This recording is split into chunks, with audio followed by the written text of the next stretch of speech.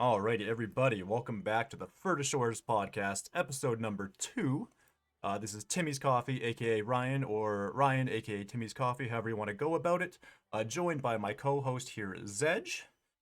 Uh, Yow. and then we got a special guest today. Episode number 2, already got a guest. We have, you might know him as Pragmaxxer from Twitch, but funny enough, last night we have actually gotten him to change his name to Pragmatician for his main account. But, Prag, how are you, sir? I'm doing great. Glad to be here. Looking forward to chatting with you guys. Yes, welcome, welcome. So, obviously, this is kind of how I started out the first episode because it's just a little bit of an introduction. But how did you actually find out about Brighter Shores? Like, what brought you to the game of Brighter Shores? Well, my in-game name is 64, and that's changing now. But Mhm. originally, one of my friends wanted me to play RuneScape with him. He wanted to do like a group Iron Man or something like that, and I told him I didn't really like the fact that people had been grinding for 100 hours a week for 20 years straight. I felt a little behind, so he got me onto the Brighter Shores topic before it even launched, and we actually did like a 48-hour grind Oh, from shit. the day it launched, like the hour it launched, Hmm. which was super fun. So I'm still getting used to the whole MMO genre. This is actually my first MMO. I didn't Crazy. quite have the fortitude I needed. I took a long break, but I really do enjoy the game, and he's the one who told me about it. So That's that's how so I heard cool. And about it. that's Phil, right? That's Phil? Yeah, Phil K76. He was streaming for a while Hmm. there when it first dropped. He was big on the Yeah. blacksmith race, and he was pretty popular for a while there. Yeah, I definitely had seen his streams in passing, absolutely, and I definitely had seen him in game a few times. So like initially when you like jumped onto Brighter Shores in those first 48 hours, like what was your goal? Like did you just rush straight to Kren or were you just trying to feel the game out as a whole? Yeah, we rushed to Kren. We thought the episodes Okay. were going to come out one at a time. We had a Hmm. plan. We're like, first we're going to do alchemy, and then we're going to do, carpentry, and then we're going to pick one profession in each episode as they come out. Hmm. But he just dropped them all, and we Yeah. weren't ready for that. So we just we rushed to Kren, and then we pivoted back to go knock out the Spider's quest, the Yeah, Spider's Nest quest, so we right. could get the Yeah. storage rift spell. And then from there, we kind of just went our own ways. He didn't want to do blacksmithing. I'm a hammer mage, or I was, so Right. I didn't really like blacksmithing. It didn't feel like it was useful for me, and I don't like the vibes of stonemason. So Fair. I settled on doing detective because I wanted that spell. I love spells, so Ah. Ah, ha, ha, ha. That makes a lot more sense. I mess with that a lot actually. Yeah, yeah. Because you pretty much tied yourself to detective once you got the Kren, right? well, yeah, I just wanted the spell, and I think it was level 43 or something you had Okay. to get to get it. And Yeah. then at that point, I'm like, well, let me just go get the damn cape. And I was And then the trolling around on leaderboards social happen. media. Well, the leaderboards weren't out yet, but I was trying to look around online, and I was like the second person in the Mm, world to get the 50 detective cape. And I thought, oh shit, I need to just lock in yeah. and go detective 100%. And Yeah. that's kind of what happened.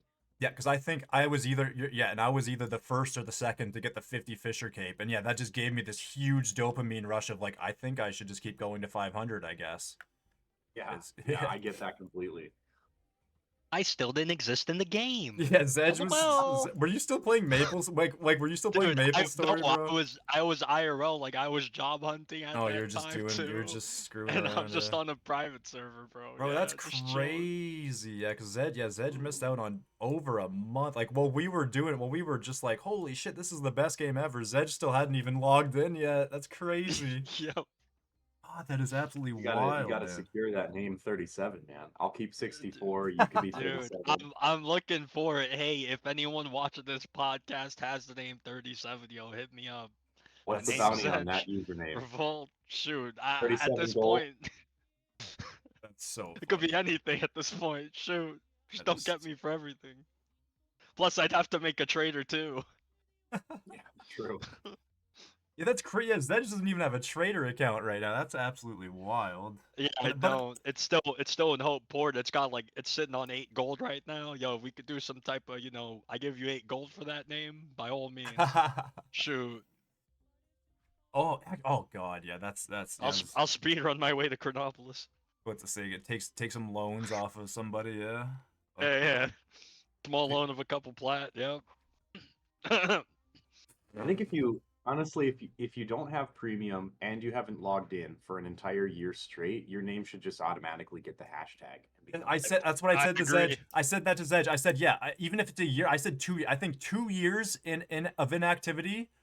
Yeah, automatically you're a hashtag. Exactly. You are now a number, and your name is available. I agree with that. Whether it's a year or 2 years, that has to happen. 100%. Well, I mean, if you're still paying, cool. If you're free to play Yeah, now and you're still playing, then that's fine too. But if neither are true for a year, like that's just fair. free the slot up, you know? Yep, Yeah, no, I actually exactly. hella agree with that. Because right now, that's what people are doing too. They hodled up all those nice names, sick IGNs, and don't worry. Hey, 5 years when the game actually gets Yeah, crazy nice, because it will be.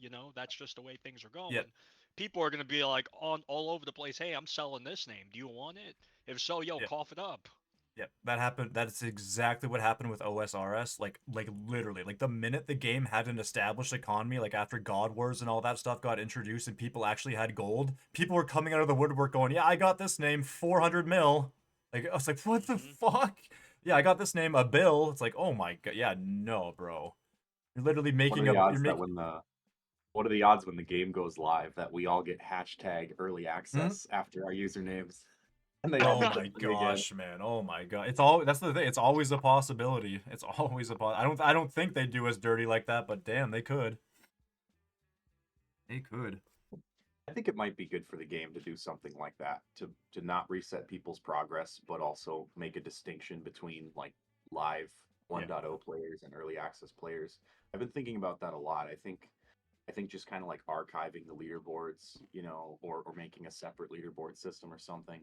That would probably be a good idea, and I feel like Gower is going to do something like that. I definitely yeah, I think there is something like that that's going to be in the works for sure. Like those of us who are still playing and continue to play on actual live game launch, like we'll just be like clustered into that legacy board to some degree, and then everything new going forward will be on a yeah, like a whole new board. I would imagine something to that degree. I could absolutely see that happening for sure. Right. Or it could be like a filter system, like the Lone Mm. Wolf Guild member, early Mm-hmm. access versus like standard player. I don't know. Yeah. Um, but yeah, Well, I mean, I we'll guess that's see more or less what kind of that how it works is out. now, right? Like it is basically underneath of like a toggle system to get to legacy. Yeah, it's literally like legacy is just a toggle anyway. It's just a check mark. So I mean, yeah, it'd be Right. ridiculously similar to that for sure. That's a long ways out. We've got quite Yeah. a few big updates right Oh, in front of our face here. So, so that's exactly it. So live is like years away, I feel. agreed. So that's why I think yeah, may as well go ahead and right transition into the milestone beta talk because that's literally going to be majority of this podcast anyway. Like it kind of already got the outro out of the way. Everyone knows our beginnings of the Shores experiences anyway. So yeah, we can dive into the beta talk if you want to, Zedge. You down for that? Yeah, definitely. All right. If you want to start us off, feel free, bro, because I know you're pretty amped on this stuff, and Yeah, I'm pretty plain. So, but I got my opinions. But yeah. but definitely take it away, bro. Take it away. Yo, this question definitely, because we're already talking about Prag, might as well, talk a bit more about him. Prag, this is your first MMO, which is still wild, for me to see. It feels like this is the first time I've ever encountered somebody who, Yes. hey, this is my first MMO. After, the decades long that I've been doing it. I think 2 decades now. But Yeah. what were your expectations prior to the Milestones beta, like before it even launched? What did I think it was going to look like? Yeah, Or, versus what it is now, well, versus what game. well, what we saw in a lot of the brighter leaks, we saw mentions of, we're going to change it so that way you get the same sort of things resetting every 50 levels, and everything's going to have like 10 different versions of it. And I didn't Hmm. think we were going to get any real UI changes. I thought that the XP curve was going to change a little bit. I thought that the spread of the items throughout the profession levels were going to be changed up a smidge, right? Instead of 6 different tiers of ore or iron, I think there's 6 or 7 different tiers of iron. There would be 10, and so I felt like we were going to get a little bit of an under the hood type of update. I actually was describing it in a way that's kind of like, hey, we're doing an overhaul underneath. You're not really going to notice anything, but it's a ton of development work. I actually thought that the user experience was going to be relatively unchanged based on the descriptions that we've gotten in the leaks. So very surprised that the beta had all this other stuff in here, like new potions and stuff. I wasn't expecting that at all. Yeah, it definitely hit everyone off guard when we heard about the Enrage potion, because now everybody's just gonna be like, hey, yo, if I want to chill, and by the way, there's some people who do want to petition to rename that pot into the Goon pot. Hey, it did seem like Andrew Gower was catering a little bit because that thing, you pop that sucker, it's what, 24 minutes to maximum.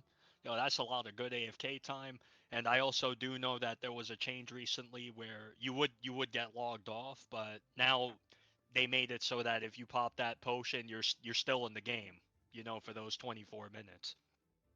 Which is Obviously, really I'm cool. assuming, yeah, and I'm assuming after those 24 minutes, yeah, you do get logged off, but just pop another one real quick before that happens, or just move around a little bit, and you're chilling. Right, right.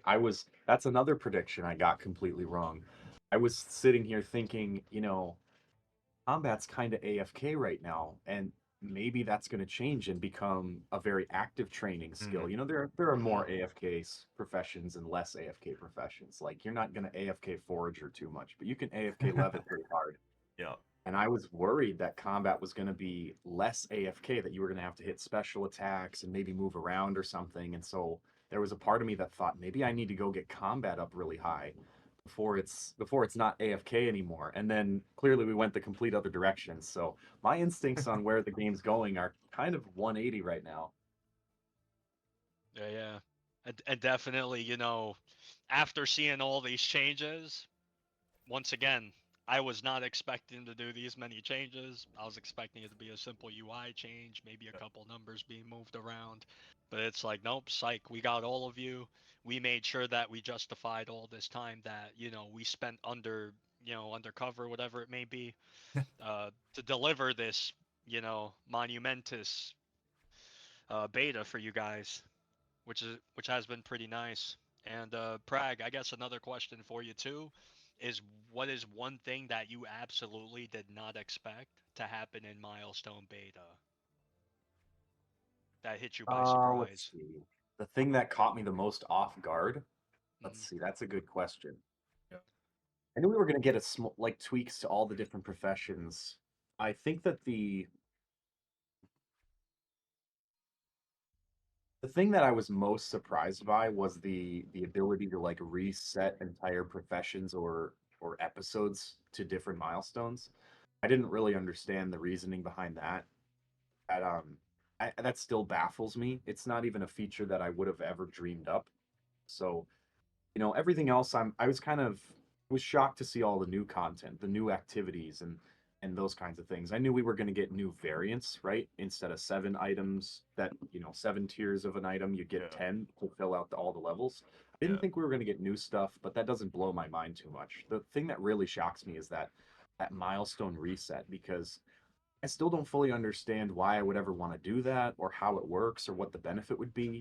I can go Yeah. back to milestone 5 to what? Get lesser items and lesser XP. I don't know why I would want to do that. So maybe there's something coming out that Yeah. requires you to be on the same milestone as the people you're working with for multiplayer for some reason, but that Yeah. one I don't see the vision on that yet. So that's the one that shocked me the most for sure. That is interesting. You say, yeah, because maybe there's something to do with dungeons going forward where you're gonna want to toggle your current active back to whatever it is, a past action milestone per se. Maybe that has something to do with dungeon activity, like you said, to line up with whoever you're working with in a multiplayer aspect, something like that. Maybe. Yeah, that's definitely interesting because yeah, you'd almost never want to go back to a past action queue otherwise. It just wouldn't make sense. Yeah, exactly. I mean, unless it's like, hey, we're gonna go do dungeon milestone 5, Yeah. like everybody go to that.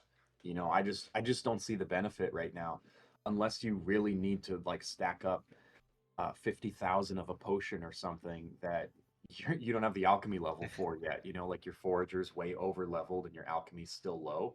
I guess I could see that benefit, but it just Yeah. seems like a really weird feature to me overall. Yeah, I guess maybe that could tie into something like how we were talking about yesterday, how Builder could possibly have two professions going into it. I guess that would be a reason to go back on a past action, is to fill out resources for that aspect. If you're gonna fill in materials with a new profession from an older one, I guess you would have to use past action in that case, maybe. Yeah, That's starting from true. the ground up.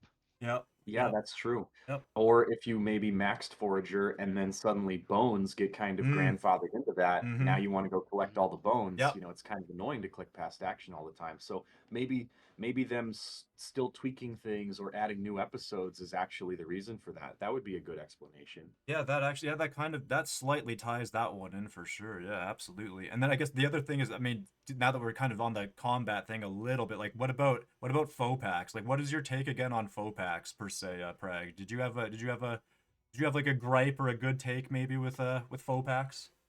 Well, I don't know about a gripe. I'm definitely scared. I think that Mm. there's it depends on how it works. I Yeah. feel like because it's such a permanent selection, it's one thing when the striping was automatic, it's a Yeah. little bit crappy that the striping would like automatically update whenever the new episode came out. But now with the faux packs you get to choose, but I'm super terrified. I don't want to permanently wreck my character.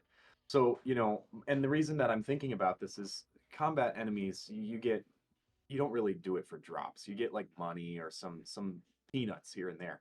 But in the mines specifically, that's how you get your alchemy regions for mine Yeah. XP potions. Mhm. So, I'm sitting here thinking, how is this going to work? Because if there's some kind of like maximum kill rate that's imposed on you, even when you're vastly over leveled, it's better to take the mind packs scattered throughout and maybe at higher levels so you can grind out those regions while getting good XP returns.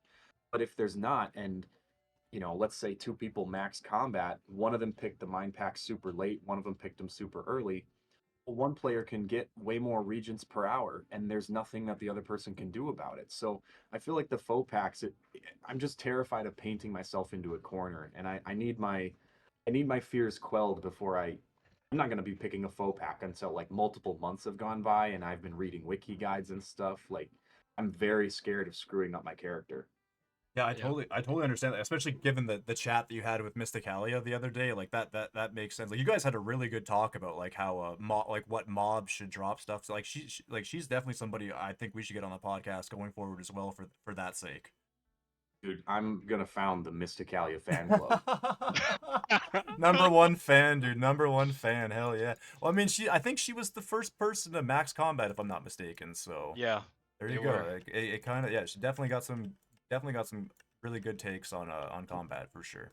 Mysticalia is just an all-around Stacy. I mean, we're high up on the leaderboards, super super helpful wiki contributor. She's got Chillette in her profile picture. I mean, it's just W after W. Oh I'm a huge shit. Misty fan. Hell yeah. Mhm. Hell yes. Yeah. So some of the people, who are listening on this podcast are probably like, Fopac, what the heck is that? I know it's something pertaining to combat. So, Yep. just to bring it up a little bit, in the main game right now, the way that combat works, it's a carousel. It goes from Hope Port, that's where you start off. You beat up a bunch of mobs there. Eventually you go to the next episode, and then the next one, then Chronopolis. After Chronopolis, you rinse and repeat again. Yep. And their proposed change right now is essentially you do designate where to train. However, it's only for 10 levels, and then after the 10 levels, you get to pick the next episode. However, though, the Yeah. maximum times you could pick a specific episode, like for example, if I want to do Mina Mantuban like 10 times, as many times as I want. The max I could do it is 10. Once I pick my Namantuban 10 times, I can no longer pick it again. I have to pick another episode. And that's the whole big thing that we are talking about. And that's the reason why I do think that the meta, as we're going to call it, Hmm. in theory, you have this sense of freedom, but it's kind of a false sense of freedom because even though you do technically choose where to train, it's limited in the sense that, if I pick wrong, I'm gonna brick my account, especially if I'm a new player, and that's the worst feeling. It's gonna feel like you've gotten robbed, and essentially the meta right now for people is, let me not do combat. let me wait for a bunch of other people to do combat, and Yeah. then here there, what is it, trauma stories or whatever you want to call it, like, hey, these are the mistakes I made that you should not do, and you already know everyone, their mother's going to eventually publish that onto YouTube, and all Oh you yeah. got to do is just take a quick gander at those, and all right, cool, let me learn from their mistakes. Yeah. Or once again, you talk to people like Mr. Gallia. There's a couple other nerds up there too in the combat system. Shout out to you nerds. They're gonna have it mapped out, because they know more than some of us do, since they put in the time for that profession. Absolutely. Absolutely. Yeah, Yep. I'm definitely gonna let the other people be the canaries in the coal mine. But Yeah, even if we figure out the current system, like it might just change on me completely. They could impose some exactly. kind of limitation and change it up. I don't know. The faux Yeah, pack thing has me super scared, and yeah. it's a very complicated system. I don't even know how I would explain it to somebody who hasn't followed the evolution of the combat Yep. uh, Yeah. Hmm. controversy. Let's just call it that. No, Yeah. exactly. Also, Like, sorry, but somebody, yeah, somebody starting a new account, they could literally be playing on hard mode from the first minute they like log into the game, and not only that, being playing on hard mode with like next to no benefit. Like that's fucking brutal. yeah. The other thing too, you gotta look at too with some of these episodes. There's 3 classes in the game. In the future, there might be more, but as of right now, we're focusing on the Mm. present, and that's Arborate, that's Cryone, that's Tempeste. Yeah. You're gonna want to pick specific episodes too. So, for example, Yeah. like the first couple of milestones should be faster for you to level, right?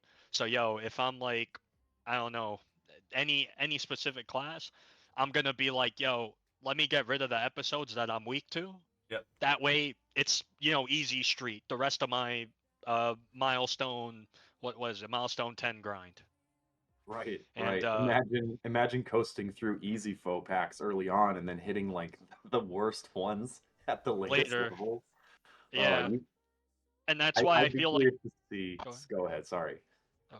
And that's why I feel like there should be some type of thing tied in where it's like, yo, even though you may have made this mistake or something, I don't know, be it more, this might be, a little bit controversial, you know, because you're weak to these mobs, you get more out of it, and the system should Yeah. kind of like sense that. That way, yo, you're not feeling like you're getting cheated or you made a mistake, and there's a bit more of a freedom of choice aspect in regard to that. Yeah. Yep. Yeah. Completely agreed. Yeah, I'd like to see the math on that. What is the total number of how much does the total number of hours change if you pick the hard faux packs early and the easy ones late versus the other way Mm. around? I mean, how many hours are we actually talking about here? And then the resource, That'd be that's the good to biggest know. thing too, is the resource benefit. Like, what Mm. resources am I gonna get for that? Like, if I'm playing on fucking hard mode, I should get benefited through the resources as well as the XP. Like, Yeah. it's a big, yeah, it's a huge decision, truthfully, especially in the very beginning of the account. Yeah, that's the biggest part. Yep. And I'll say this too right now, when it regards to combat right now, I mean, you guys could correct me if I'm wrong, but the way I've been viewing it, at least for now, the combat, it still feels cosmetic in the sense that essentially what you're doing right now, you're leveling up, right? Your armor does improve, like it looks nicer. You're essentially looks maxing as much as possible.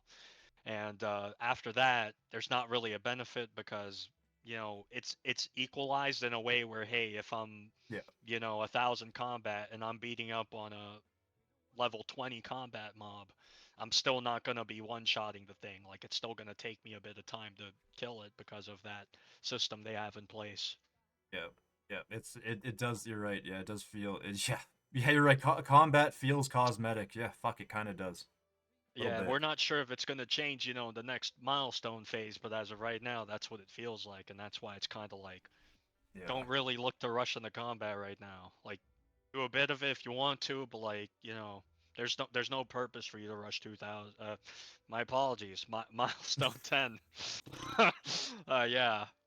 10-10. Yeah, combat has 10-10. definitely taken a weird turn. I mean, I think Yeah. Gower's original goal was to have high level people and low level people grinding in the same area instead of noob areas and high level areas. And Yeah. really that's what kind of sparked all this. Every decision is kind of made to try to facilitate that, and it's becoming a very bizarre system. Yeah. And Yeah. PvP is Combat's still not in the crazy. game yet either. Ex- So it's like you yeah. got people that are too milestone 10, and then they're like, yo, they think, yo, I'm gonna be a god, I'm gonna show up in whatever wilderness or wherever it is, right, where you're gonna be doing your PvP, and you're just gonna two-tap people. Like, that's not gonna happen. That it shouldn't happen either. So I Yeah. think there's gonna be some type of equalization there, so that, you know, a low combat Andy doesn't get shreked by, you know, By Chad. a super high Yeah. level Chad. Yeah. Yep. Yep. Yeah, combat's God. Yeah, that's an interest again because yeah, we still haven't even no PvP, no skill tree, no fuck it. Yeah, there's still potentially room for extra classes. Yeah, combat's definitely. I feel like it's gonna be forever evolving realistically, but yeah, it's Yeah. just such a weird one. Good God. But It'll be then a the other build beta. that's a then because I was gonna say the other thing too, like, 'cause, yeah, Prag. The other thing is like the beta for a lot of people not necessarily is useless, but like without being able to walk into the beta with like a base 200 for everything, like Zedge and I have been talking about, it feels like you can't really experience much outside of just like essentially just re-leveling from the damn near beginning, which is like why wouldn't I just play the live game at that point to at least continue the XP train?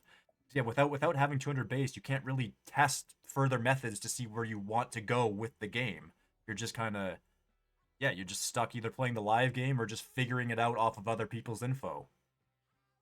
Well, I think he's hesitant to put a baseline like that in the game because that's going to totally cluster people around testing that specific thing. I think it would be he should almost just like give us a randomly leveled character or let us pick them ourselves.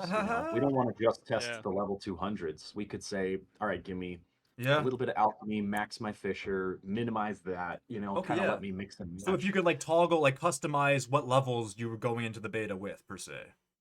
Well, yeah, I mean, I'm a software developer, and I definitely would not want to put all my users at this like common fixed point so that way they're cluster testing this exact same thing. I would definitely want to give them the freedom to test a wide spectrum of all of it. And I Right. do think that, I definitely can only test what my character has right now or a new guy. I can't test all the other things that I haven't yet unlocked on my characters. So, and maybe he wants to not introduce that complexity and not let people start. If I haven't actually Yeah. trained to 500 Fisher, am I going to be making good bug reports about how 500 Fisher works Yeah, because I that's can just fair. toggle it? So I kind of see where they're going with that. I'd be very hesitant to put a baseline character option like that. I would have to give them like at least you can. Hey, do you want 50s all, hundreds all, 150s all the way through, right? Maybe different Yeah. templates. I would want to shotgun the plot out a little bit more, Yeah. but some kind of preset would probably be helpful. Yeah, I because just would make sure there are multiple options. for sure, because obviously there will be a phase 3 coming, and obviously we'll probably be beta testing that, so that would be good info for them to potentially throw in for that phase 3 for us to work off of. Right. Hey guys, just a quick FYI, you need to be talking in milestone numbers, okay? We Fuck's can't be having sakes. no more of this 100, 200, 300. No, no, no, no, no. That's been Things the have biggest changed. debate. That's been the biggest debate. I've been telling people, I'm like, Fuck. look, the time is the perfect. The milestone system being base 50 is really strange. I sent them It an is. email telling them that, hey, I like everything you're doing. I get the gold and silver connotations. That's all cool. But why don't you just double the number of levels per milestone and have the XP? So everything's the same except for the number representation. It can all be base 100. That way the gold number is just the hundreds place, the silver is the 10 and the single digits, and everything just makes sense. And a couple people have suggested this apparently, but Yeah. they considered it and they like the number 50 because it feels more achievable. So like 50 is just a better vibe, I Yeah. guess, and it doesn't sound like they're going to budge on that. So it's a So little we're strange. so we're gonna have to adapt to saying, "Hey guys, my milestone level," because I've heard this, by the way. I've heard this. Just letting you guys know. Yeah. I've heard people say, my milestone level. My bad. I'm not gonna convert all of it, but I've heard people say my milestone level is 5 yellows Yeah. and 20 silvers. They didn't even say grays. They said silvers. Yeah, see Like, that what we're talking yeah. about currency. It's getting all over the place. And then I've also heard it backwards too, where it's like, oh, I'm milestone, level what 5, milestone 5, and then level 7, Yeah, right? yeah. I've heard them say I'm level 5.07. Oh, And fuck. it's like, bro, like, what? As Yeah. opposed to, like, if we just agree, base 100s, you just say it as it is. If you're milestone 5, level 7, yo, I'm 507. And you already know, milestone 10, you hit that big, fat, juicy 1000 number. It looks good. It feels good. And you could still keep the curve the way that it is. All it's going to do is add a couple filler levels. But and if anything, it'll add more dopamine hits because, let's be honest, when you level up, you feel really nice inside and you sleep good at night. Or I don't know, maybe that's just me, but like, I'm like, I'm just for whatever reads the cleanest. Like I actually don't even Mhm. think I care. Whatever reads the cleanest for me. I'm just at that point. Like the whole dopamine, like that's great. Like I hope like if that works for people, then that's fucking perfect. But like I just need it to read clean. Yeah, Yeah, that's my biggest that's thing. the biggest one, the clean reads.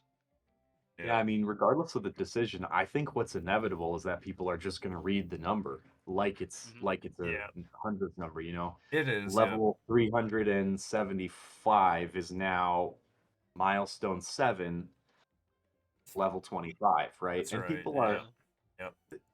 our time system is base 60 and nobody really bats an eye at that. What time is Mm-hmm. it? Oh, it's 2:30. You know, we don't say hour 2, minute 30, right? People just get used to it. So I really do think that people are just going to read the number off. It's like, what are you in merchant? Yeah, 725. yeah. They're gonna be You reading it know, off the Mhm. microwave timer exactly. Yeah. Yep. bingo, right? The total levels, the total levels will be the afterthought that you have to calculate for. People are just going to read the numbers and get used to it. Yeah. So I think that's just what's going to happen. I think I'm not going to be adding like the dash or any of that stuff or the dot. I'm just going to read the number, like 307. If I give you a 2-digit number, that means I haven't reached a milestone yet. So I um Yeah. I might make an exception and use the Discord emotes if I know Mysticali is in the chat. But other than that, it's just going to be great numbers. Yeah. Oh, completely. That's fair. Fair. It's a weird one. It's a weird one. Yeah, that's like my own. That's like my only. Like I had no expectations going into Milestones. I'm just glad that there's more content getting put into the game. I would have still played anyway, but yeah, just the UI just reading so weird when you initially open the beta. You're like, what the whoa, what is this? How am I supposed to equate this to what's already in the game? And yeah, it's just gonna take a couple days, like probably like 48 hours straight of gameplay or something like that, and we wouldn't even realize that it's different at that point. But yeah, right now it just reads. Yeah, it's like time. Reads like time basically. Right, right. Well, the game is going from standard to metric, right? We're going to calibrate and then we're going to stop converting, and that'll just be the number. So I do think people will get used to it. Yeah. And I, you know, as much as I would like the number to not be in base 50, I will give Fen this. It does add some character, and I do see their concerns. If it was base 100, 100 does feel like a big number, you know? I think in Yeah. RuneScape, like Dragon Wilds or something, you can level all your skills to 100. Mm-hmm. And 100's a fairly big number. It's kind of a standard number in gaming. But if those levels were coming super easily, they'd feel a little cheap. So Yeah. I don't know if I would still make the decision they've made, but I really do see what they're getting at, and they seem to have some good instincts, and I think that this could end up being very good for the game long term. It'll feel very unique. It's a sort of distinct numeric system that it's not weird enough to the point where people can't get used to it, but it is unique enough to kind of make the game stand out and be memorable. So I'm Yeah. really hoping that it ends up working out perfectly like they're planning, and I'm optimistic. I have faith in them. I really do. No, completely. Yeah, that's a perfect outlook on that. Like that is very base and it's just that's exactly it, man. 100%. You're looking at the bigger picture rather than focusing in on the bullshit little things that are going on. Meanwhile, it's literally a beta. This is literally early access. Yeah, just looking at the bigger picture. 100%, man. And then the Yep. other thing too, I want to get your idea about the venture, because obviously we're going to be getting a third, like it's pretty much set in stone now. We will be getting a third venture slot as a reward for completing the monument. Now, however, Mr. Prag here has a little bit of an idea how this can kind of tie together a bit better rather than just, hey, sweet, you're done the monument, cool, third venture slot. Yeah. So people have definitely been to kind of tell the story, right? People have been emailing them and complaining because doing the monument, you have to be almost max level forager in order to do that. Yeah. And it's a big accomplishment. You're digging up some archaeological relics from an ancient time when magic ruled the world, and you're really performing this historical service. You're building like a standalone living museum. It's got Yep. arcane energy and all that stuff, and as a result, you're better at keeping receipts, which is a little weird. So people have been complaining about that, saying they want something else instead. People have been talking about a jade amulet, but Ben is definitely not backing down. They think that a venture slot is the perfect amount of power Yep. to give as a reward. And I emailed them a few days ago actually and said, look, I get it. I totally get where you're coming from. I think that the power level reasoning makes perfect sense, but the immersion is not there. So Yep. what if instead we got a spell that has a 23-hour cooldown and it instantly resolves one of your outstanding ventures? So it's functionally the exact same. You can just Mm-hmm. start a venture, resolve it, start another venture, right? Yep. It's effectively 3 ventures. Yep. Yep. That's But right. instead it would be themed as a spell. And you could throw some cool flavor hooks in here, and maybe back then there was all kinds of powerful ancient Yep. time and space magic, and now you get a little drop, like you can just make a venture happen instantly, right? It'd be like a trace of some powerful time magic, just a little sprinkle of time magic salt in your spell book. So they haven't responded, so I think they're kind of stewing on it. They Interesting. don't know what to Yeah. say to me Yeah. in response for that yet. So I'm hoping that they're maybe gonna stew on it and come up with a cool answer. But the fact Yeah. that they just didn't get shot down instantly makes me very optimistic. Agreed. Yeah, Definitely. that's good lore. 'Cause, yeah, I like that. I like the way that plays. It's just like good lore, man. That makes sense, and then it almost builds on better lore for the rest of the game. Because you're right. Exactly. That's hope port. It should hopefully only get better. And yeah, maybe we are gonna see these different instances of profession magics where you're gonna have like you said, like the D&D type magics where there's multiple different professions of magic, not just magic. Right. Yeah, I think magic is a tough thing to do in games like this. I love the way that the factions are gone about. The idea is that we've got magic in the world, but it's kind of locked down. You've Hmm. got these obelisks and these people who like block magic inside of cities. But then there are these Oh, ancient factions. You've got the Cryonites, you've got the Guardians, you've got the Hammer Mages. They're quite literally called ancient magic factions. And so Yeah.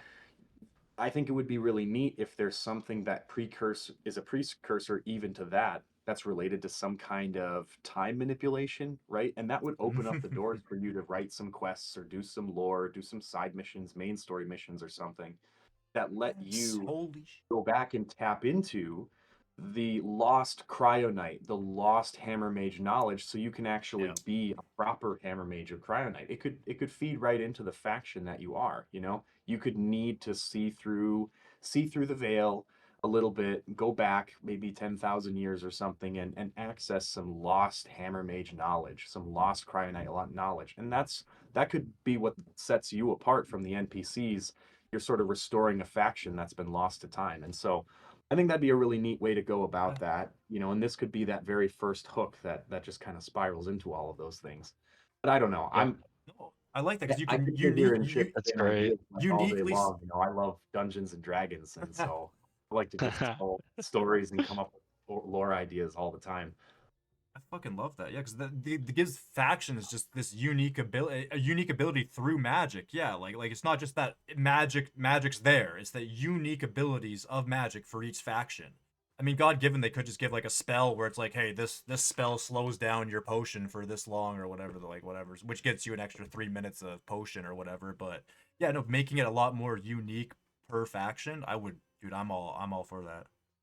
Right. Definitely. Well, yeah, go And if ahead. they do want to, I guess, like for lack of a better word, hey, your idea is a little bit overpowered. They could tune it just a bit slightly by, once again, quests. Yep. Each episode could have its own quest, and once you complete that quest, then now you have the ability to pop that venture in that episode, and Yeah, I also think tie it into a whole entire storyline, like Prag just mentioned. I wholeheartedly agree. I think a venture slot quest per episode would make perfect sense. You could even lock that slot to ventures that are available in that episode. That would be fine. And then you Okay. could have this spell that's sort of like your two regular slots, and then you've got like a wild card, you know, spell that you could put wherever you want. I don't know. I just like spells. My bias is that I love spells. I only did Yep. detective because of spells. That's So, awesome. I love that. but yeah, I think some kind of time thing would be neat. You know, some kind of Hmm. ancient relic. You're accessing some time manipulation, right? Yeah. And you have to look back through time in order to figure out how to become a better version of whatever you are, right? Whether you're a cryo knight or a hammer mage or something. That'd be a really neat way to advance your abilities as whatever you are. Yep, and that makes sense as to why then the venture that spell for the venture would, like count down the time 23 hours and just and extinguish that Mhm. timer there because because you're able to manipulate time with magic through magic per se. Yep. Yeah. Right, right. You clearly can't open up time magic wholesale and then suddenly you get into all kinds of craziness. But if it's something simple like that, Yeah, yeah. you're just pressing fast forward on like an apple, sitting on your Exactly. desk, let it rot. Mhm. We don't need to go all the way full Doctor Strange, but it could be a neat hook. Yep, Definitely. completely. No, I like that because that Freaking just love it. it just brings more than cool. Venture slot unlocked. Congrats. Yep. Right. There's no shot I'm grinding out the monument for Adventures. For spell, Fucking we are no, dude. seated. It's like If over a it's a hundred spell, hours. I'm It's like seated. it's like over 100 hours of extra work. Yeah, it's fucking no. We'll get there whenever we get there. Whenever Yep. Forager happens to get there is when that slot's going to get unlocked. But if it's a spell, then suddenly I'm very much Yeah, interested. all of a sudden you're in Hopeport. Exactly. Yeah. 100%. Yep. And gentlemen, since we are talking about effort, there is another thing that has changed the Ooh. milestones, and once again, that is the passives. Yes, Oh you sh. heard it. Yep. We got Oh we yeah. got two x exp upon unlock of a passive. It costs only one knowledge point now compared to 4 knowledge points. That's post 200. I'm assuming it's post milestone 4 as well. Something Like like that. Yep. it's just 1 KP now. Yep. The one thing about that double EXP though, it takes roughly 33 hours Yes. until it's fully depleted. That said, you better have active trained. That way Mm-hmm. you got the next passive. Because if not, you're not going to be able to. What is it? I guess passive log like people were once able to do. Yeah, you won't be Yeah. able to. You won't be able to, or you won't be able to do it as fast. Like you'll still be Yeah. able to. Like you'll be able to still run that same passive until the next passive, but it ain't gonna be like it was. Absolutely not. Like you are better off active training until that next passive instead of just letting it run for days and days and days because it'll only slow your account progress down. It's definitely catering to more active play, 100%. Yeah, and it also allows people to have said, "Hey, I actually trained this profession." A great example we have of that, and I actually have a story to tell you guys. Rank Please. 1 Mantuban, Red Bean, Yep. he did bone right, quote unquote. I say he did it Yeah. because essentially he did play the game, he put KP points into it, Yeah. and he did passive it overnight, but he didn't really like understand the mechanics of it because I remember another one of my friends reaching out to him since they were like, "Hey, I heard you got like this crazy bone right level. Congratulations! I got a question for you. Yeah. How the heck do you use the brewing? Like, how do you dip bones into the Yeah. thing?" Yeah. Yeah. And he wasn't even able to explain that. And and it's a basic thing, but like because you just put KP into it, you just did that, then Yep. or you leveled it up to like 20 and then you put KP, however it is.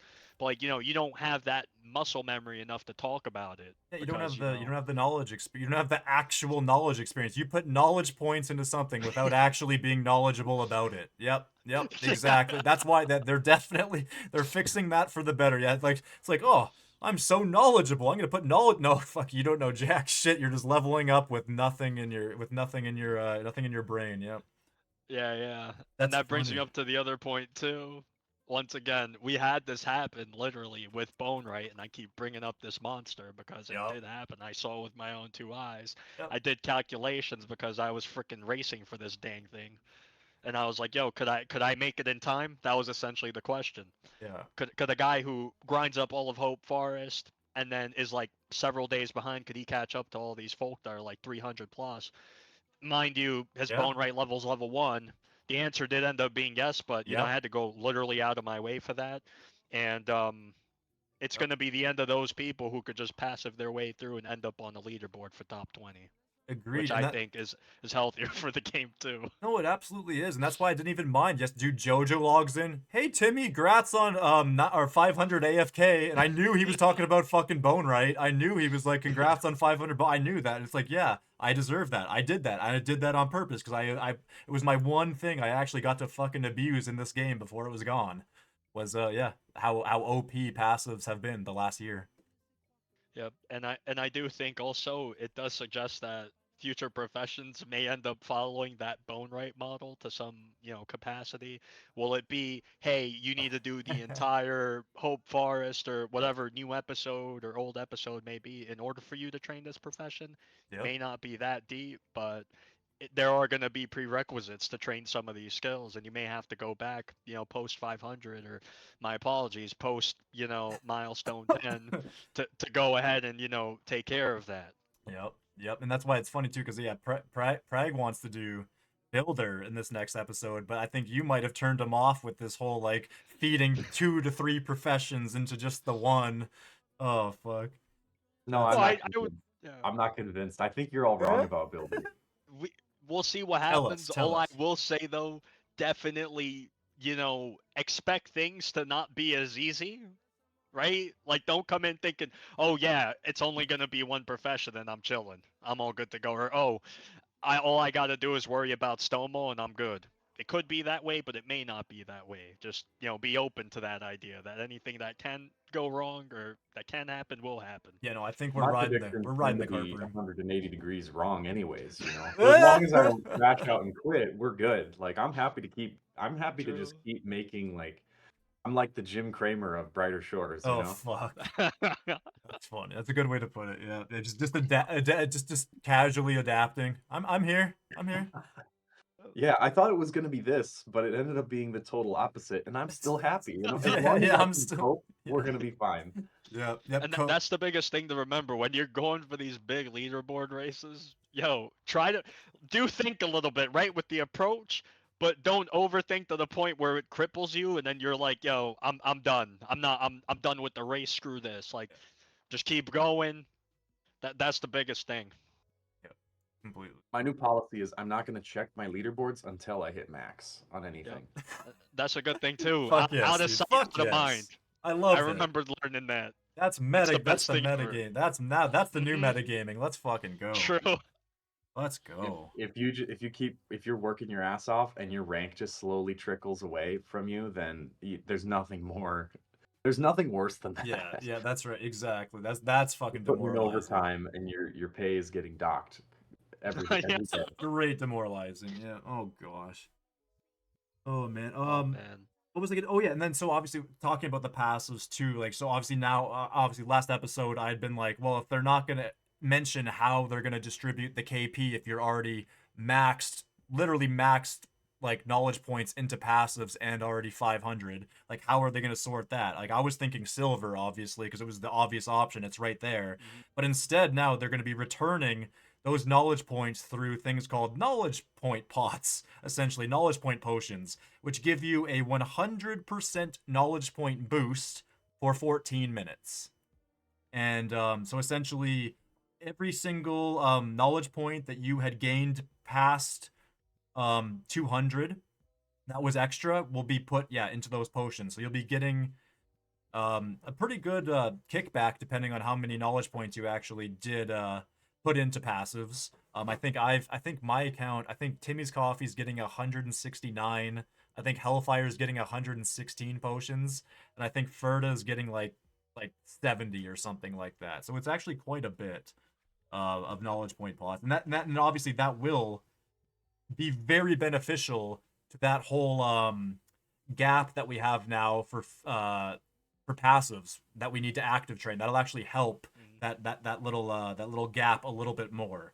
if you do have those potions. Now, if you don't have those potions, for the new players, obviously, you're kind of just, you're getting the full game experience. But for those of us who have already previously grinded, we can actually kind of fill in that gap a little bit better for getting to that next passive level with these knowledge point potions that we're getting quote unquote rewarded with. But we already earned them technically. Also, I did hear something about those potions too. That, for example, Stonewall Hill, the new episode, it comes out. Mm-hmm. I was hearing that to protect leaderboard integrity, Oh, you yeah. wouldn't be able to use it, for For a those certain- professions in for a that certain- episode for a certain time. Certain period of time. Yeah, that's right. That I am completely and utterly on board with that, because yeah, you could just stockpile those in the bank and abuse the fuck out of them off the bat for leaderboard purposes. So yeah, I'm okay with kind of like safeguarding that in that aspect for sure.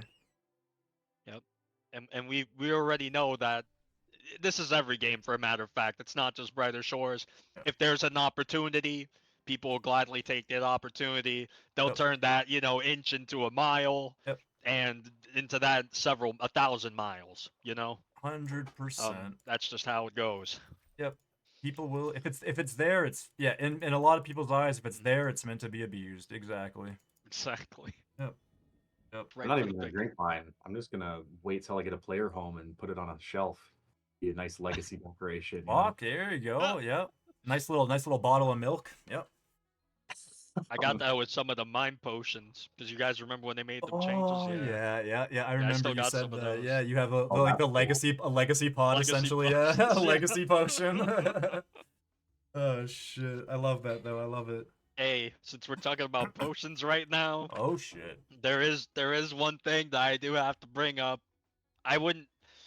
Is it really even an elephant in the room? It feels like something more ginormous than an elephant. I don't even know what's more ginormous than an elephant.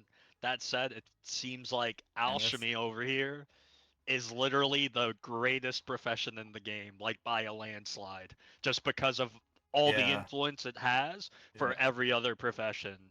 It's kind of like, you gotta train this skill or this profession before you do the other ones, just because of the huge Dude, benefit. holy shit! That just reignited something, because I remember in the it was probably I think it was month 2. Samuel says, going forward, the most important professions, alchemy and carp. He fucking said those. He said those exact professions, alchemy, carp. So that's why I think you're fucking right, man.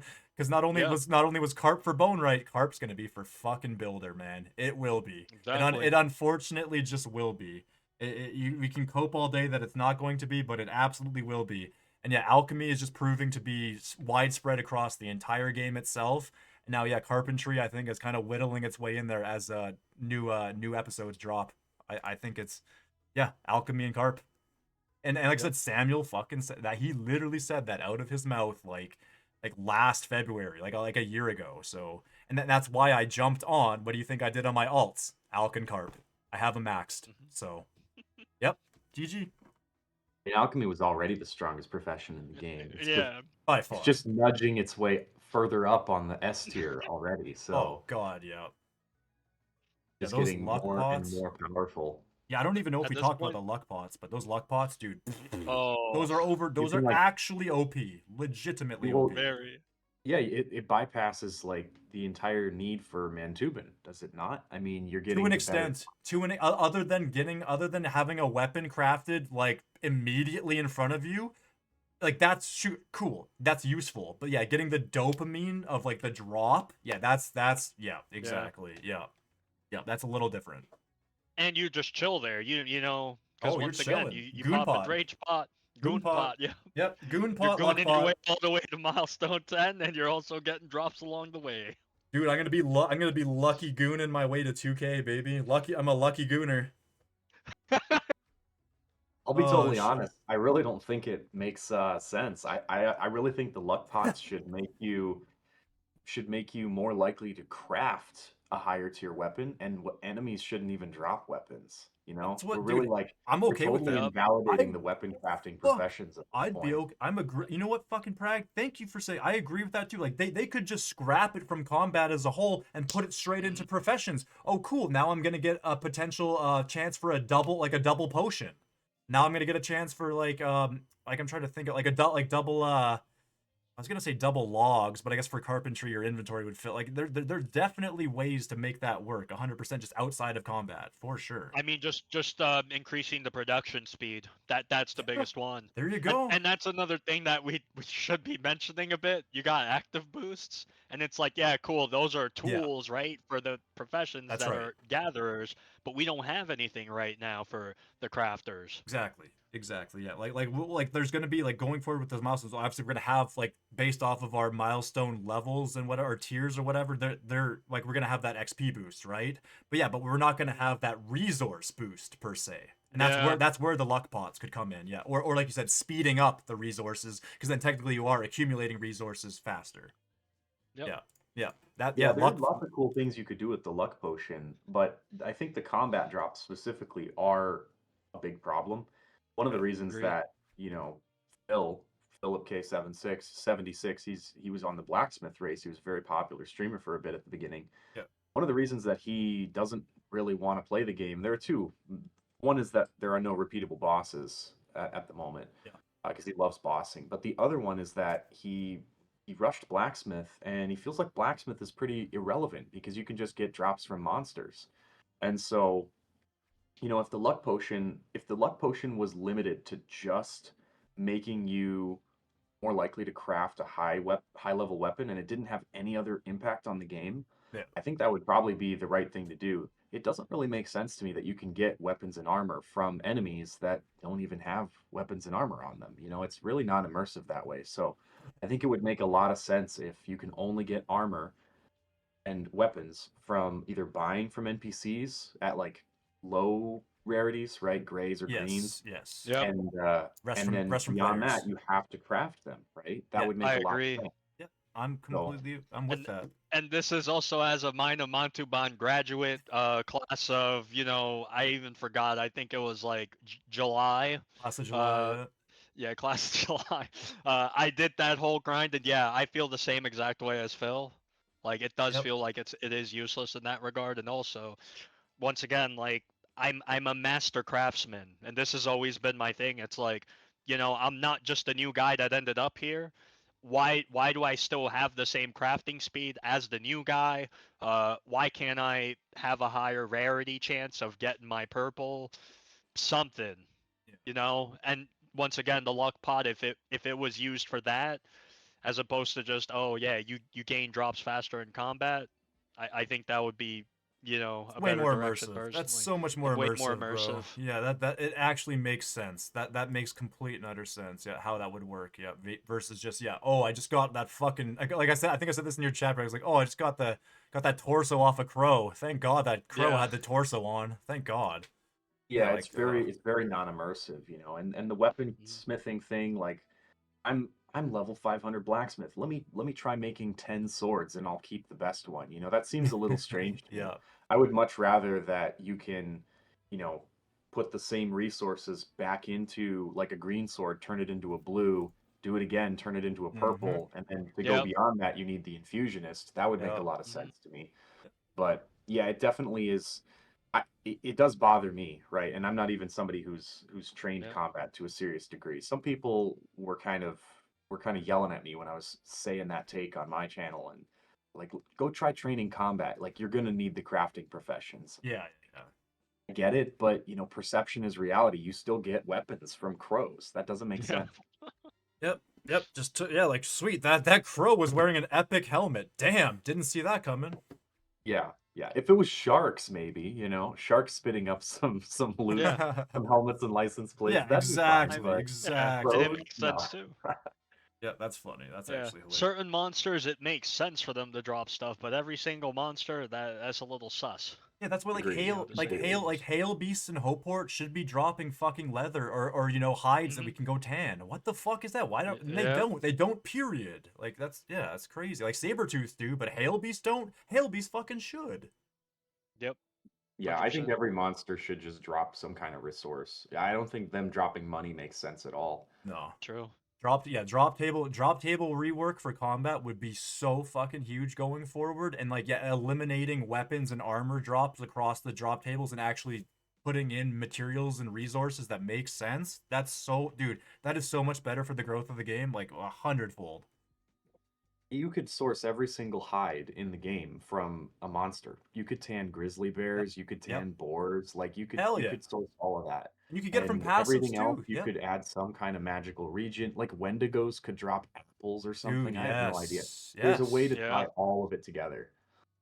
Fucking agree. Yeah, no, completely agree. And like I said, even through the passives, like you got wolves as passives, you should be able to get like hides from them or something to a degree. Instead, you get nothing. You get gold. You're right. You just get gold. Yeah, Yeah. it's very weird. Like we're just slaughtering wolves and bringing the scalps back Bringing the for pennies, right? The general's gonna pay us for wolf scalps, you know. yeah. Make it useful, damn it. Make it useful. Yeah. Instead you're just getting shillings for your hard work. Yeah. But I mean, which is great and all, but yeah, I mean, the resources still should be a thing. Yeah, Or the at least whole useful. combat is definitely the whole thing needs to go back in the oven for a bit, I think. The way that combat integrates, if the game didn't even have combat in it, I think it would like just let that cook a little more, you know? Yeah. Yeah.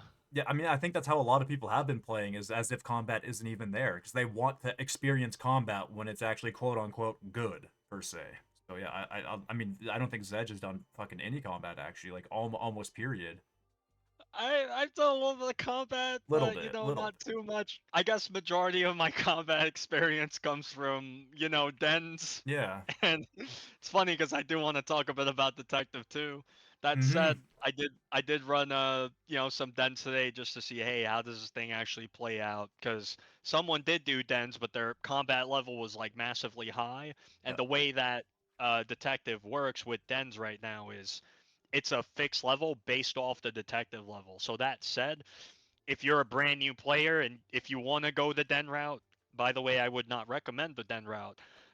You would basically get your detective level one for dens. Once you're at that level for dens, go in real quick, see what level the combat is for the mobs, and then after that, okay, I got to get this combat level. That way you're close to level with it. That said, though, when I did, try to potion max a bit today and equipment max a little, I still felt like, dens are nice if you want to, like, work on your, I guess, total level for your account, get some combat levels up while doing detective. Yeah, yeah. But personally, if I were to go the total level route, I definitely think that invest the merching, aka doing investigations plus merchant, is the way to go. And that's mostly it. Yeah, When it better comes use to of your time, spotting yeah. thieves, I still feel like spotting thieves, it's not at the best spot that it could be. Matter of fact, there was one silly suggestion that I just came up with out of nowhere, where essentially what you do is, yo, you're doing spotting thieves, and what ends up happening over time, a master thief just pops up and they're stealing. You see them. It's this whole thing where you're essentially chasing them around Chronopolis. And, yo, if you catch that master thief, congratulations, good sir. You've caught a big EXP reward, a nice gold payout, or doesn't have to be gold, but, silver payout. And it's somehow tied Dude. to this, like, wanted system, that way it Yep. makes more sense. Like, hey, yo, you caught this guy, and because of that, yo, we appreciate your services, and here's your payout. Yep, and they could even get dirty with it. And dirty, I mean, in a good way. You could literally tie a drop table to that shit. Where, oh shit, this master guy pops up. You have a 1 in 1,000 chance to get this crazy fucking cosmetic from doing that one-off event as well. Easily do that, bro. Be a Yeah, wanted system. I'm gonna let you go so I can arrest you when you're more notorious later on. Yeah, creating that absolute master villain. Yeah. Steal a few man. more things, then I'll take you in so I can get promoted. That's Yeah. crazy. And that's the other thing too overall with investigations and all this as a whole. It does feel like baby merchant. And I mean, I've spoken about these other ideas I've had with folk. One of them being like, yo, there, when you're doing these, clues, there should be some type of blood spatter analysis work going on, where Hmm. you solve a couple puzzles here and there to kind of get an idea. Of, oh, this is what happened. This is why this crime happened. It makes a little bit more work, but it's more immersive in that aspect. Yeah. Obviously, this stuff would take a bit more time, so you would base the EXP gains around that. and it would just be really nice in that regard. Yeah, it gives it more And you could substance. cosplay, you know, Dexter a little bit. I don't know if you guys are familiar with that show, but long story short, Yeah, you yeah. got this guy. He's the Bay Harbor Butcher. Ooh, I kind of spoiled it. But like, Whoops. essentially, in some regards, he is a double agent too. Yeah, And that's another thing that I feel like was a missed opportunity for Detective. It's yeah, like yeah. they should open up a path for you to kind of like, hey, since you're such a great detective, well, why can't you be a great mastermind, behind some of the crimes in Chronopolis? Yep, go Or have undercover. I some kind of agree. in. Because we're a guard, we're the good guy. No, I'm not gonna do any No. crimes. Screw that. I No. like how the thieves are like, but in other computer games, thieving is perfectly acceptable. Like, I love being Right. the Yeah. con. That's awesome. Detective's my favorite profession. I max detective. I love it. Thief spotting. It's funny because people hate thief spotting, but that's actually my number one favorite way to train it. I respect that because that's most people's like most hated. I haven't done enough detective to like solidify that I don't like it, but like it's definitely not as it's not as rewarding at a lower level doing thief spotting that I feel like as it is in later levels. But I mean, yeah, I guess if you're just chilling out, hanging out, it's probably not actually that bad. But for XP, I felt like it was bad, but because Yeah, I yeah. barely done detective, so I I really don't have a say. I did a bit of spotting thief. Mind you, I did not do it much of the beta because once again, I wish like there was an option for me to play the main game and beta at the same time. That said, though, when I did do spotting thieves the main game, I stood there for like 5 to 10 minutes. I was like, yeah, bro, this ain't it. I'm going back to investigations. Like I just felt nicer. Uh, I just Yeah. felt like I was doing more. There was a lot of movement involved. Yeah, and I was just cruising with it. Whereas like spotting thieves, I don't know, like maybe it's my ADHD or something. I just get too fidgety. I'm like, yo, get me out of this spot. I can't take it anymore. Yeah, I Yeah, get Uh, that. I I could get probably that. get used to it. I just also don't have, like I said, I haven't done enough of it, so I don't have like max handcuffs or even let alone leveled up handcuffs. Fucking period. So like I said, I was just getting dicked on XP anyway, so that's probably why it felt at least a little more shitty to me. It's just yeah, I was getting screwed for XP basically. and also the other thing that I do find like I guess not really interesting but surprising is that there isn't, as far as I know, the one gang we only know about. You guys could correct me too if I'm wrong. It's just that administrators gang that was in Yeah. in the imposter quest, and then after that there was no other talks about any other gangs that I'm aware of. Yeah, other than the red, like obviously in the main story, you got the Red Hoods. That's the only, yeah, like we need to like, but we were not going to hear anything more about the Red Hoods till Stonemaw, and that's why I'm hoping Yeah. Stonemaw we get that the magics because those Red Hoods, those guys clearly have the magic. They have the Mhm. magic that like I want to hear. I'm so desperate for more about that. Yeah. Oh And the man, reason too why I talk about gangs is because there's no co-op in Detective either, which I kind of yeah, found a bit strange. it is Like strange. they TimmysCoffee. I'm pretty sure you're familiar with RuneScape. You remember the Black Arm and then the Phoenix Gang. Oh That sure, Shield of sure, Arov quest, sure. and then also it ties back later into the Heroes quest. And Yeah, then there was kind absolutely. of like moments where you would need to group up with another person, you know, and they could kind of like tie that in somehow. I love that. Obviously, it's like, oh, we can't copy RuneScape, but like, let's be honest, RuneScape, like all they did was 2 quests with that thing, and it Yeah, wasn't even that immersive. And you agreed. could tie that into making it a co-op, a really nice co-op, as a matter of Yeah, fact. no, that's crazy you brought that up. Yeah, those quests, because that's very well how that I think that's what they based Chronopolis off of to an extent was Yeah. those gangs in Varrock. Holy shit, dude, you did man. Hmm. The fact you just brought that just blew my mind apart because that's Yeah. that's 100% where they got the backstory for Chronopolis is from the gangs of Varrock. That is Hmm. dude. Oh my, so yeah, they could expand into a little more gang territory. Throw that into detective, obviously. Make the Kren cop thing a little bit more serious, and like yeah, even Yeah. get to the dark side of things where you can like kind of Do undercover yeah do work. undercover work. He's Two Face. Yeah. Oh man. Yep. The double I agent, baby. I wouldn't hate that at all. Yeah, because I mean because at the end of the day, it all is for the better of making Kren a little bit cleaner.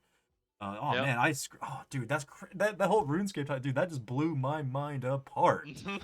God, again, and then yeah, then the fact that it is also then later on used in the heroes. Oh, dude, yeah, Yeah, shit, that's just what makes me so hyped for this game. We get to grow with this game, and that's why I'm excited for Prag. Yeah, This is his first fucking MMO, dude, and it's I his think first it's got the MMO. potential to be one of the greatest going forward. Not necessarily in the fact that people are gonna flock to it and there's gonna be a million people playing it, but for those of us who are like here to just hang out with the community, enjoy and not be elitist motherfucking PvP mofo, like I think this is the Mhm. best game for somebody to start out in a non I don't know, just a good MMO experience besides just getting like elitist gameplay feedback like you do in Yeah, RuneScape. Like RuneScape, I mean, you like you said, Zedge, like anytime you play RuneScape, you feel like you're forced to have to go do some sort yeah, of like crazy PvP or PVM to even like take part in the fucking conversation, basically. exactly. Oh man, yeah, Yeah. and then you feel like a chicken with their head cut off when you're not doing those things. Yep. Yep. And So that's what Yeah, I and I really do like the game a lot. I think it's got a ton of potential, but yeah, I like that it's kind of underground right now. yes, You know, definitely. I love it. everybody who's jumping in like the stream or everybody who's playing, we've already passed something of like a litmus test. We're not here because we're just bored and saw an ad, and we're here to make other people miserable because we're just sad pieces of shit. Like Yeah, everybody has sought this game out intentionally, that's right. and they found it because they have like a reason to. It was never just put in front of them on their timeline. So the community is clearly pretty good at this point. I think that a lot of the people I've encountered are super solid. I don't have any issues with anybody really, Yeah. and I think that that's going to change obviously when it goes live and it starts advertising and we get a bunch of other people. And Yeah.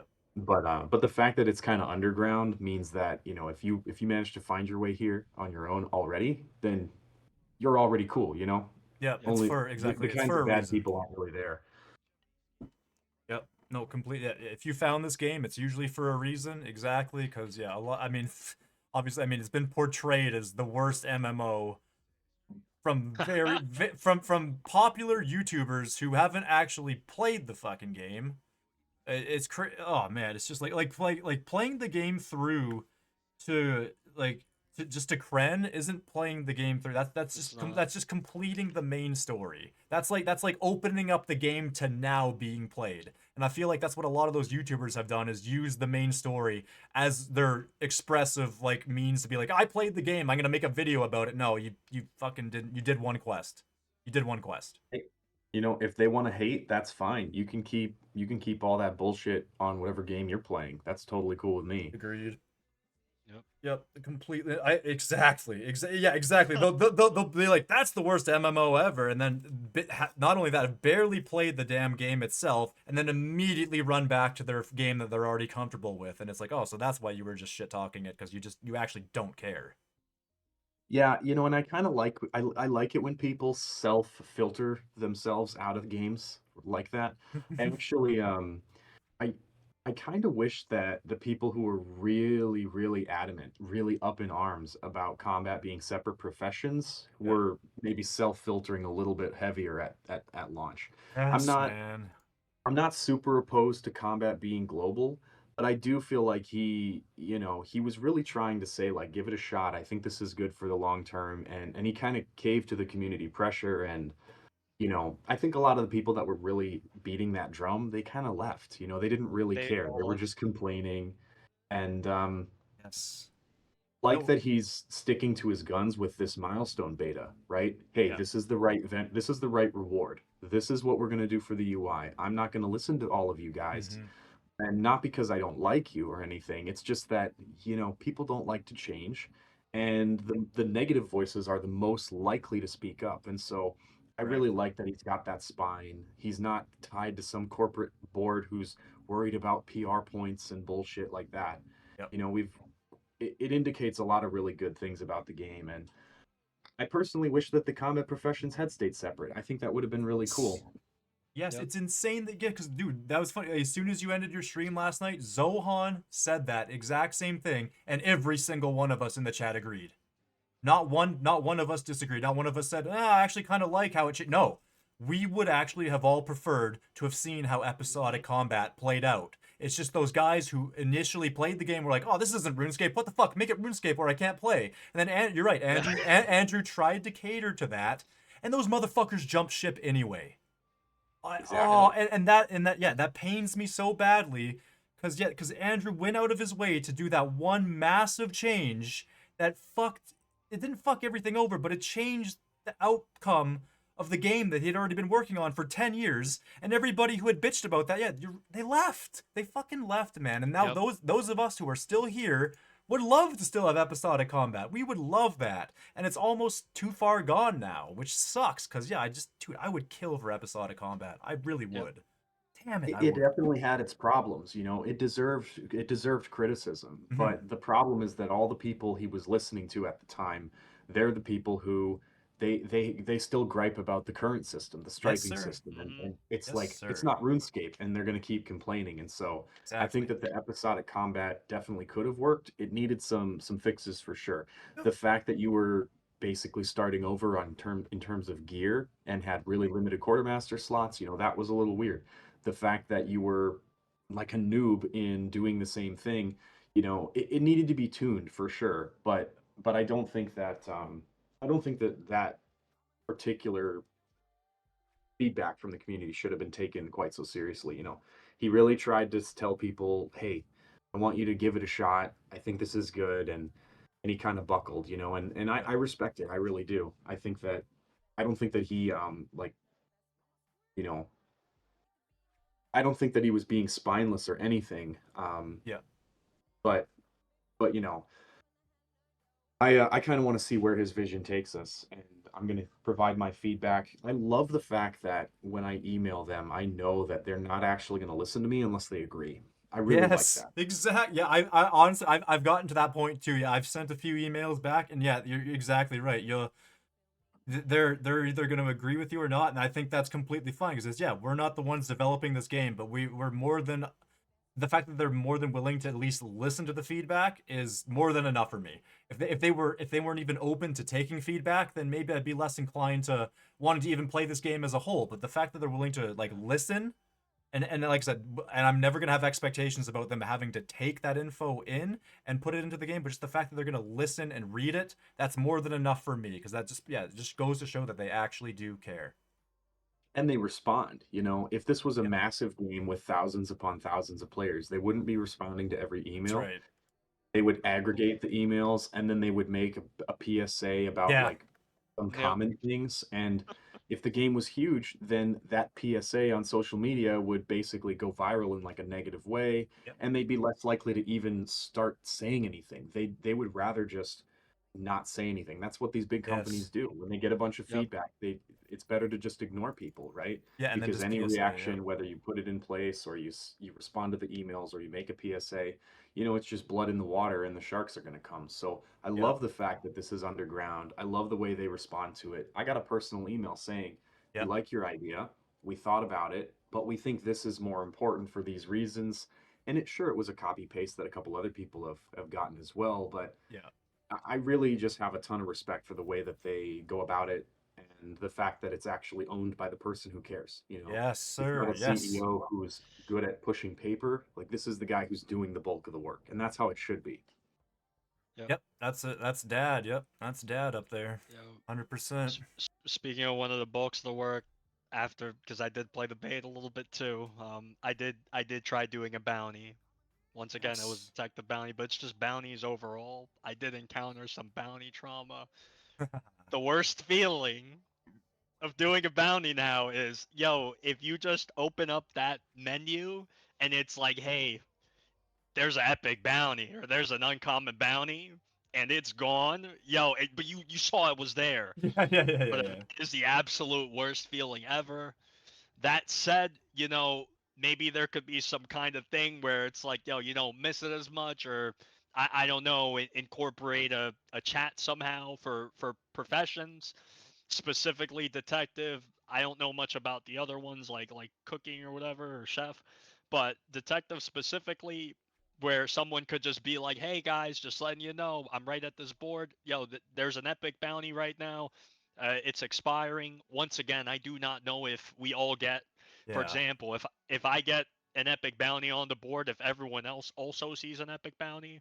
That's one thing that I didn't get to test in the beta because I need another person to test Yeah, that with. no, that's a great question because yeah, that would be so useful. Going like if like again, not necessarily that the bounty itself is the same. It's just that it is an epic bounty, right? And so that and like you're Yeah. right, that would be so perfect to be implemented. Is that everybody sees an epic bounty again? It doesn't have to be the same epic bounty, but the fact that it is, because then you can call it out to the chat, and that brings more people flocking to that area, and it brings more communication, more decisiveness And together.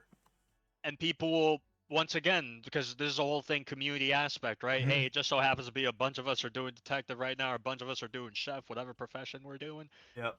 We want to work together in Yep. obtaining this milestone 10, and in that process, hey, now I just met one of my new boys. Yeah, yo, we was doing detective all day, this and that. Yo, this guy's a great shot caller. Yeah. Yo, he's on point, and now you guys start talking too because you just met through talking Yeah, about met bounties through a and bounty the board, timer. exactly. Yeah. Yes, man. Yeah, yeah, exactly. And then I gotta go to the washroom really quick, Sedge. But like, if you don't mind Yeah. do you know how the tiers of bounties work? Like, cause you're the one who did the tiers Yeah. and like I don't know how that works. I'm just gonna run to the washroom No quick. Like, if you want worries. to explain Yep. that really quick.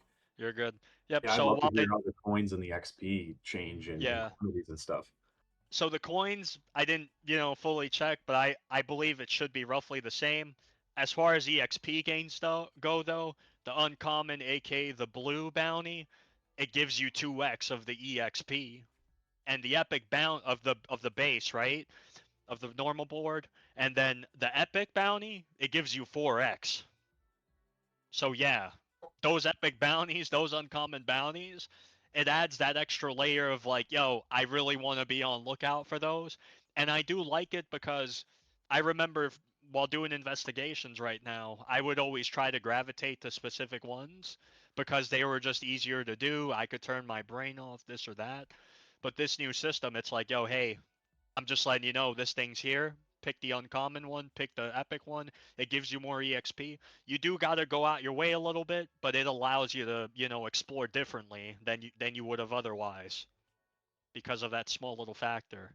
That's really cool. Yeah, you said there's the blue, right? And then Yep. are there purple bounties? Are there also gold bounties? I No, get the it's just I get the blue and rarity of this orange. stuff.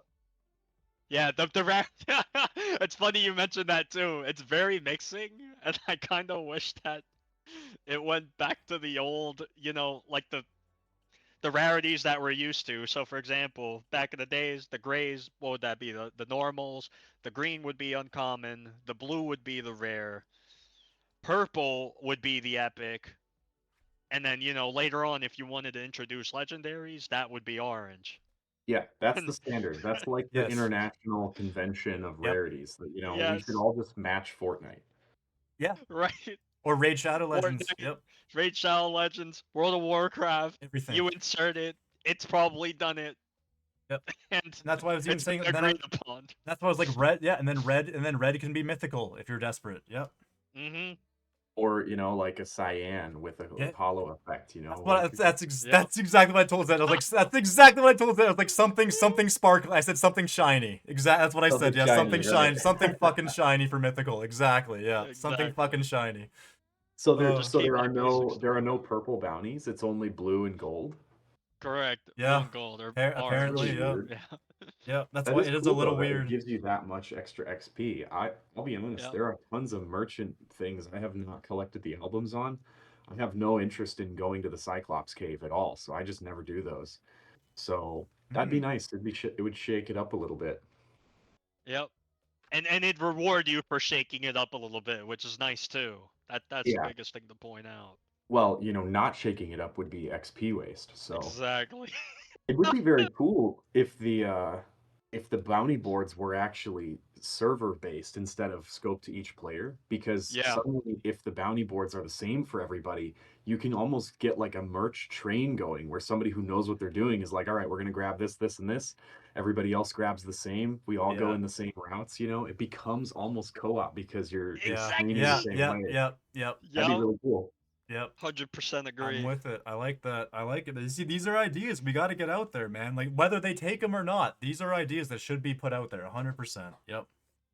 It'd be neat too, because then you could turn that into like a co-op activity where suddenly you're in like a merch co-op mini game or something, and the quantities go up to to like 2 full inventories. It's like, all right, we got to Mhm. deliver pumpkins. We need 2 players to go get pumpkins at the same time, or else we're not gonna, complete it in time or something like that.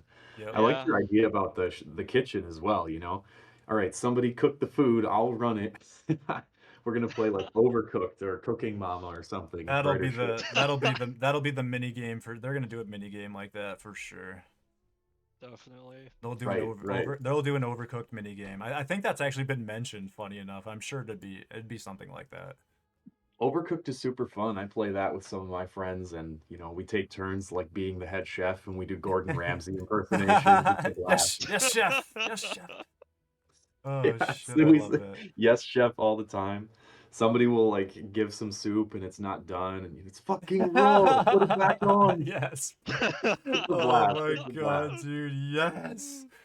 Oh, dude, that's exactly what the delectable dad would turn into if that was possible. Yeah, people would be I cosplaying Gordon Ramsay. Yep.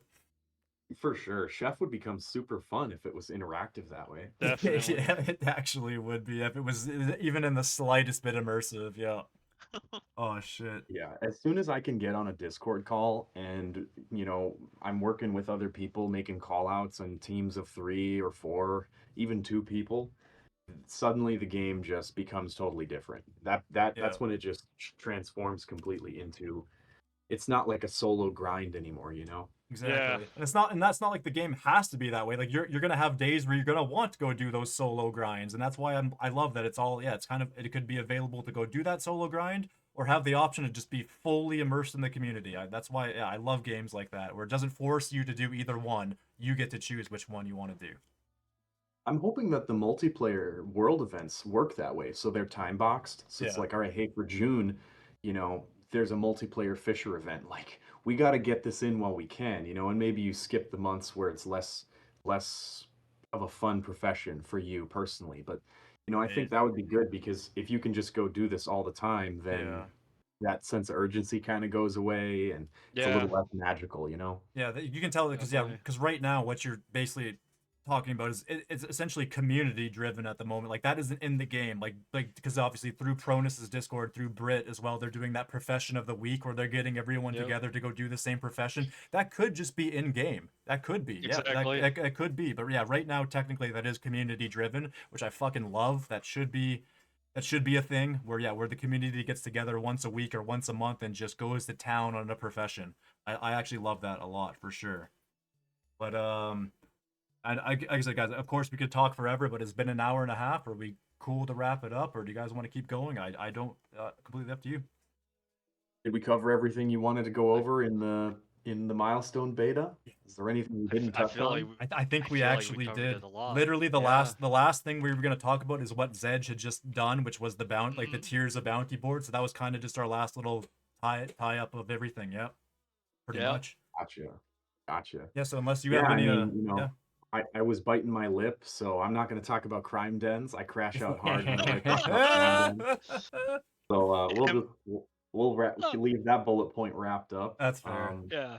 And what happened for a reason. Like it deserves to be where it is because once again, at Yeah. its glory days, it was disgusting, and I will admit it.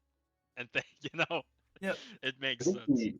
the only thing I want to talk about really quickly for the beta going live, I've been playing a hammer mage this whole time, Yeah. and I've been coping about the weapons and the armor, and I'm tired of doing that. Cryonite is clearly the best faction by a lot. Mhm. And I also think that the Milestones update is probably better to experience on something of a new character. Yes. So I have a Cryonite who I've gotten to Kren with, but I've really just I've got, like 100 alchemy, and everything else was just the minimum to move on to the next episode. So Yep. I think I'm gonna switch over and start maining on my cryo when the beta goes live and see how the game feels kind of starting over instead of being, multiple hundreds into some professions. Are Yeah. you guys going to be sticking with your regular characters? Are you going to maybe shake things up a little bit? I'm still going to keep my hammer mage doing passives and stuff, but they're going to be like passive shelved, and the Cryonite will be the active training main. So I don't know if you guys are considering something similar or what you think about that, but that's really the only other thing I have to go over on the beta. Maybe it'll be easier to digest Yeah. if I'm doing things from scratch, basically. Yeah, no, I like that. I've already unfortunately kind of done that with my alt. Like I did that before because I never knew Milestones was gonna come so damn soon. So I literally already was balls deep into redoing a new account, which is my Guardian account named Hellfire. Um, but yeah, I think that yeah, going forward with this milestone drop, if you have a fresh account to play off of, especially like a faction that you're more interested in playing, yeah, that is the perfect time is February 9th or the week of February 9th when the milestones gets put into live game or live early access rather. That's the time to swap factions if you haven't already or play a new character to get a really good feel through play of a new faction on a new character. Absolutely. But yeah, I'm waiting for live gameplay to go on to actually like play through a brand new character per se, which because I actually don't have a faction on my Ferda account. So what I'm waiting for is I think the full game to drop whenever Stone Maw, PvP, everything's there. Then that's when I'll have a full account playthrough. And funny enough, that account will actually be a cryo, I believe. So that's when I'm starting my cryo. You're not gonna hold out for the Infernite? I don't. That's what I'll do. So I guess we could talk about that really quick. Is yeah, eventually they'll have that one off. I don't know when it'll happen, but they'll have that one off faction change where eventually you'll be able to unlock through whatever it is, a quest or something, where you can have a faction change. I think they're gonna make it so every character will be able to change factions once based off of an unlock. And yeah, so I think that if they were to introduce Infernae or Necromay like factions, I would definitely make Hellfire Infernae all day. Absolutely. Yeah. Yeah. That'd be pretty cool. I'm almost wondering if they're gonna do like a Mystique faction and it's still just combat, but you get staves instead of swords. Mm. Yep. Again, oh my gosh. Yep. That's a possibility. Yep. But yeah, I don't know. Yep. Should we wrap So it me, there? I'm Or yeah, I'm Zedge, sorry, just sticking Zedge. to one character, and later on in the future, when live game hits, like yo, we're out of this, early access, I'll probably start playing, one of my alts. They do have names already, so I'm all good in that regard. The one thing that would get me to, I guess, play earlier on my alt would probably be if someone says, "Hey, just letting you know, I got this name, one of the two that I want, 37. 37." Yep. 37 especially, yeah. If someone's got that name and they're like, "Yo, I'll give it to you for like 10 gold," yeah, I'm quickly running to Chronopolis, and I'll Buddy, gladly, I'll buy it pay for 10 you gold for for that. 100 gold. There you Gee, go. There we go. The boys got your my back. go, thank you, and that way I could just focus on my main character. Yes, look at that. You got to see if Zedge is Appreciate you. taken. He's got Oh it. no, I He's have the got it. name. He's I already have the got it. name. He's Yeah, got yeah, it. yeah. Oh, okay, sweet, good. I'm all set on that. Yep. Cool. I don't think I've got anything else to go over. I'm just ready for this thing to go live. Yeah, I know. I'm just We're all like this. tracking the leather nerf. That's what Friend I cells are in mean. Oh shambles. God, right? yeah. Yeah, no, just Princess, dude. every time we talk about this stuff, it just gets me way too hyped for like basically for like a week from now. Ugh. We Yeah. got like 8 days left until this is supposed to go into game. So Oh man. whew, we'll see. We'll see. But nonetheless, guys, I think we'll end it there. Episode number 2 of Ferda Shores is wrapped. Much love, much appreciation. Thanks for having me. I had a Peace. great time. Absolutely. Good having you, Prag. Good having you.